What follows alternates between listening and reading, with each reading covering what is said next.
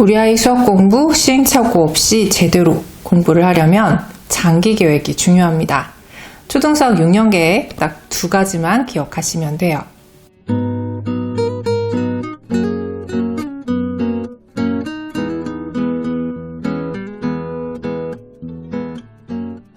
안녕하세요, 주단쌤입니다. 오늘은 우리 아이들 초등수학에서 가장 중요한 2가지에 대해서 얘기를 좀 해보려고 합니다. 어떤 계획이든 간에 순차적인 계획이 쫙 잡혀 있어야 기본적인 가이드라인을 타고 원했던 결과를 얻기 쉬워지죠. 물론 중간중간에 여러 가지 변수들로 인해서 계획은 언제든지 수정될 수 있습니다. 하지만 큰 틀에서 우리 아이의 학습 계획, 다시 말해서 로드맵은 반드시 세워주셔야 하는데요. 이 중요성에 대해서는 제가 여러 번 다양한 영상들을 통해서 말씀드렸으니까 오늘 그 내용은 좀 생략하고요. 오늘은 그렇게 장기 계획을 세우는 데 있어서 기억해야 할 가장 중요한 것 2가지에 대해서 말씀드리겠습니다. 일단 첫 번째입니다.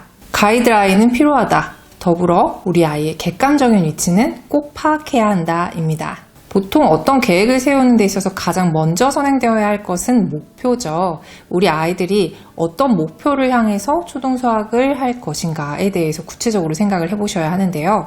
물론 초등 저학년 때부터 이 아이는 수학에 엄청난 역량을 발휘해서 영재교회 보내야겠다, 의대에 보내야겠다 라고 생각하시는 분들도 계시겠지만 이 영상을 보시는 분들 대부분이 그냥 초등학교 수학을 잘 소화하고 중등 고등 수학을 잘 맞춰서 수능 가는 데 있어서 아이들의 수학 부담이 최대한 없도록 수학이 우리 아이의 발목을 잡지 않도록 했으면 좋겠다라고 생각하실 텐데요.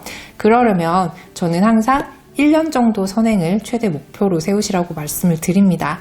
물론 아이들에 따라서 빨리 배우는 거, 그리고 더 어려운 내용을 배우는 거에 대해서 흥미를 갖고 자극을 받는 아이들이 있습니다. 소위 말해서 동기부여를 받는 아이들이죠. 이런 아이들인 경우에 목표로 했던 1년보다 더 빠른 선행을 할 수 있을지는 모르겠지만 우리 아이가 기본적으로 어떤 실력을 갖출 때까지는 계속해서 심화학습을 시켜주실 필요가 있습니다. 그래서 1년 정도를 맥시멈으로 잡되 그 정도의 수준을 응용 정도의 문제집을 풀 수 있을 정도라고 생각하시면 좋을 것 같은데요. 응용 수준이 어느 정도지? 라고 생각을 하시는 분들, 제가 위에 심화 문제집에 대해서 여러 가지 영상을 찍어 놓은 것들이 있습니다. 추천 영상이니까 꼭 한번 보시길 바라고요. 우리 아이의 객관적인 수준도 반드시 파악을 하셔야 합니다. 제가 영어 전문가가 아니라 정확하게는 모르겠지만 읽기 레벨 같은 것들 영어에서는 가지고 계시잖아요. 그래서 학부모님들은 우리 아이들이 어느 정도 레벨이다 라고 객관적인 수치를 말씀하시곤 합니다. 솔직히 수학에서는 이런 객관적인 수치가 존재하고 있지는 않지만 우리가 푸는 문제집의 소화 정도에 따라서 우리 아이의 수준을 가늠해 볼 수 있는데요. 저는 우리 아이의 객관적인 수준을 이렇게 수치화해서 기억하는 것이 도움이 된다고 생각을 합니다. 보통 초등학교 4학년 아이 예를 한번 들어볼게요. 초등학교 4학년 아이가 처음 배우는 레벨은 레벨 1입니다. 그리고 심화 정도까지 더해져서 윗학년 것도 충분히 소화할 수 있을 정도의 레벨이 최대 5라고 한번 해볼게요. 그럼 우리 아이들은 레벨 1부터 레벨 5까지 사이에 배치하고 있겠죠. 보통 재학년의 현행은 4레벨 이상을 맞아야 한다고 생각하고요. 현행은 3레벨 이상을 맞아야 한다고 생각을 합니다. 보통 문제집 레벨들도 학부모님들이 잘 아시고 계신 것처럼 어느 정도 객관화된 레벨들이 있어요. 혹시 잘 모르시겠다고 하시는 분들은 시중에 많이 푸는 디딤돌이나 신사고 같은 문제집의 가장 뒷페이지를 보시면 각 출판사에서 출간하는 수학 문제집의 레벨별로 표시된 걸 보실 수가 있습니다. 참고하시면 좋아요. 그래서 우리 아이가 지금 하고 있는 수준이 현행에서는 4레벨, 선행에서는 3레벨 이상이 되지 못한다면 더 빨리 나가는 것보다는 그 레벨에 도달하기 위해서 조금 더 시간을 투자해서 더 깊이 있게 공부하는 것이 훨씬 더 중요합니다. 그래서 이때 부족한 영역이나 단원을 찾으셨다면 그 부분을 중점적으로 학습을 하셔야죠. 우리는 보통 문제집을 볼 때 그리고 처음으로 어떤 학년의 내용들을 공부할 때 가장 앞에서부터 그리고 끝까지 반드시 끝내야 된다는 뭔가 강박관념을 가지고 계신 경우가 많은데요. 우리 아이의 부족한 영역을 발견하신 분이라면 그 부분만 중점적으로 학습을 해주시기 바랍니다. 특히나 문제집을 구매를 하셨다면 다른 부분 아까워하지 마시고 절대 그 부분만 학습하시는 게 우리 아이 시간 낭비를 줄이는 방법이라는 거 꼭 기억하세요. 자, 이제 2번째입니다. 이렇게 가이드라인에 따라서 우리 아이의 객관적인 수준을 파악하셨다면 부족한 부분은 보충하고 그리고 더 나아가야 할 부분들은 조금 더 쌓아야 된다고 말씀을 드렸는데요. 그때 가장 기본적인 공부법을 유지하시면서 우리 학부모님이 생각하시는 교육관을 고수하시는 것이 바로 두 번째 기억해야 할 일입니다. 여러 가지 수학 공부법이 존재하지만 저는 총 4단계는 반드시 기본적으로 지켜야 한다고 말씀을 드리고 있는데요. 일단 첫 번째는 흥미 단계입니다. 조작활동이라던가 아니면 만화 같은 것들, 그리고 영상 같은 것들을 통해서 우리 아이들이 수학에 흥미를 가질 수가 있습니다. 그런데 여기는 어디까지나 흥미 단계일 뿐 그 다음에 학습 단계로 반드시 이어져야 하는데요. 아이들이 문제집 같은 것들을 통한 학습을 하고 싶어 하지 않고 아까 말씀드린 대로 뭔가 손으로 계속 만지는 것들, 그리고 게임하는 것들, 만화 보는 것들, 이런 것들에만 몰두를 한다면 학부모님께서 그 중간 연결고리를 잘 시켜주셔야 합니다. 다시 말해서 당근과 채찍 교법을 잘 사용하셔야죠. 아이가 하고 싶어하는 거는 최대한 하게 해주되 한다면 그거와 연결지어서 더 재미있는 문제풀이도 할 수 있게끔 도와주시면 좋을 것 같은데요. 그러기 위해서는 문제풀이 단계가 너무 공부하는 것 같은 단계로 갑자기 뛰면 아이들이 거부감을 가질 염려들이 있습니다. 그래서 시중 서점에 가시면 그림과 문제량이 적은 그런 문제집들도 많이 존재하니까요. 꼼꼼히 이것저것 살펴보시면 분명히 우리 아이들이 할만하다라고 생각하는 문제집이 있을 겁니다. 바로 그 문제집부터 시작하신다고 생각하시면 돼요. 자, 이렇게 흥미를 학습으로 이어가시고 나서는 두 번째 단계가 필요합니다. 바로 개념학습 단계가 필요한데요.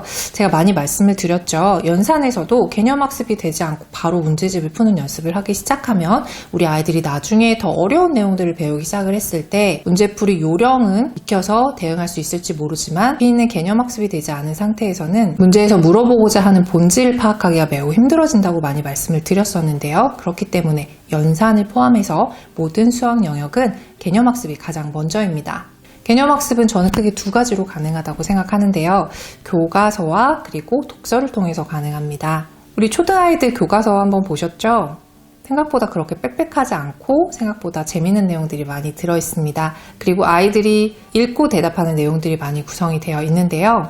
학교에서 물론 열심히 배우겠지만 그 내용들을 학교에서 배우기 전에 미리 익혀보고 그리고 다녀와서 한 번 더 자기 입으로 정리해서 말할 수 있을 정도의 학습이 된다면 충분하다고 생각합니다. 그리고 여기에 배경 지식을 더할 수 있는 수학 독서를 하면 더욱더 도움이 되겠죠. 자, 이렇게 흥미와 학습 첫 번째 개념 단계를 거치고 나서는 이제 문제집 풀이를 시작하셔야 합니다.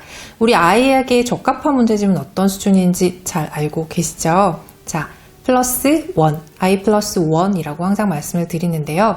본인의 수준보다 한 단계 높은 문제집까지가 우리 아이의 공부 목표라고 생각을 하셔야 합니다. 지금 현재 우리 아이 수준에 맞는 문제집은 70% 정도의 정답률을 보이는 거라고 말씀을 드렸고요.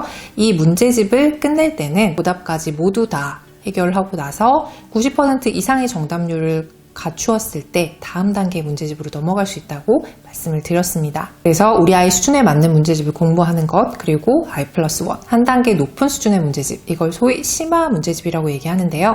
이 문제집까지 반드시 소화해야 아까 앞서 말씀드린 레벨 4까지 완성해서 다음 학년의 내용으로 연결할 수 있다는 거 기억하시면 좋을 것 같아요. 이렇게 문제집 풀이가 끝났다고 모든 공부가 끝난 건 아니죠. 가장 중요한 단계가 남아 있습니다. 바로 오답 관리와 테스트 단계가 남아 있는데요. 오답 관리는 제가 이 위에 추천 영상을 달아 놓을 건데요. 오답 봉투라는 내용, 요거 활용하시면 매우 좋습니다. 우리 아이들이 오답을 어떤 숙제 같은 것들, 그리고 해야 될 엄청난 양이라고 기억하지 않고 시간이 날 때마다 그때그때 해결하는 어떤 미션이라고 생각할 수 있는 좋은 방법이라고 제가 소개해드린 바 있는데요. 적극적으로 활용해보시면 좋을 것 같고요. 자, 테스트는 그리고 저는 자주 볼수록 좋다고 생각합니다. 테스트를 어렵게 생각하지 마세요. 우리 아이가 푸는 문제집에서 단원평가 파트를 따로 떼어내서 푸는 것도 테스트가 될 수 있고요. 그리고 질문하고 답하는 것도 테스트가 될 수 있습니다. 또 노트 필기처럼 내가 공부한 내용들을 백지에 써내는 것도 테스트라고 할 수 있죠. 다시 말해서 어떤 한 단원 영역을 배우고 나서 우리 아이가 기억하는 내용들을 인출해내는 과정을 테스트라고 생각하시면 좋은데요. 아까 제가 말씀드린 대로 흥미 단계, 개념 단계, I 플러스 1 문제집 단계, 그리고 오답 체크와 테스트 단계까지 가장 기본적인 이런 수학 공부 과정을 반드시 거치도록 하시는 것이 중요합니다. 자, 그리고 이런 과정을 거치면서 우리 부모님이 흔들리시는 경우가 굉장히 많으세요. 왜냐하면 마음이 조급한 경우도 있고요. 아이가 생각처럼 따라주지 않는 경우도 있고요. 그리고 반대로 이 정도만 했으면 좋겠는데 아이가 더 원하는 경우, 이건 희망사항인가요? 암튼 이런 경우도 있습니다. 그럴 때 우리가 기억할 것은 목표, 그리고 우리 아이의 현재 수준입니다. 수학을 잘해야 하지만 수학이 모든 공부의 중심이자 모든 공부이지는 않습니다. 초등에서는 특히나 더 기초적으로 배워야 될 것들이 많이 있으니까요. 수학 공부는 이 정도만 하셔도 저는 충분하다고 말씀을 드리고 있는 거죠. 그러니 이것저것 좋다는 거 다 시켜보시면서 우리 아이를 힘들게 하지 마시고요. 가장 기본적인 내용들을 잘 기억하면서 이 두 가지로 초등 6년을 알차게 보낸다고 생각하시면 좋을 것 같습니다. 오늘 영상이 도움이 되셨다면 구독과 좋아요 그리고 알림 버튼 클릭 부탁드리고요. 저는 다음에 또 유익한 영상으로 인사드리도록 하겠습니다. 감사합니다.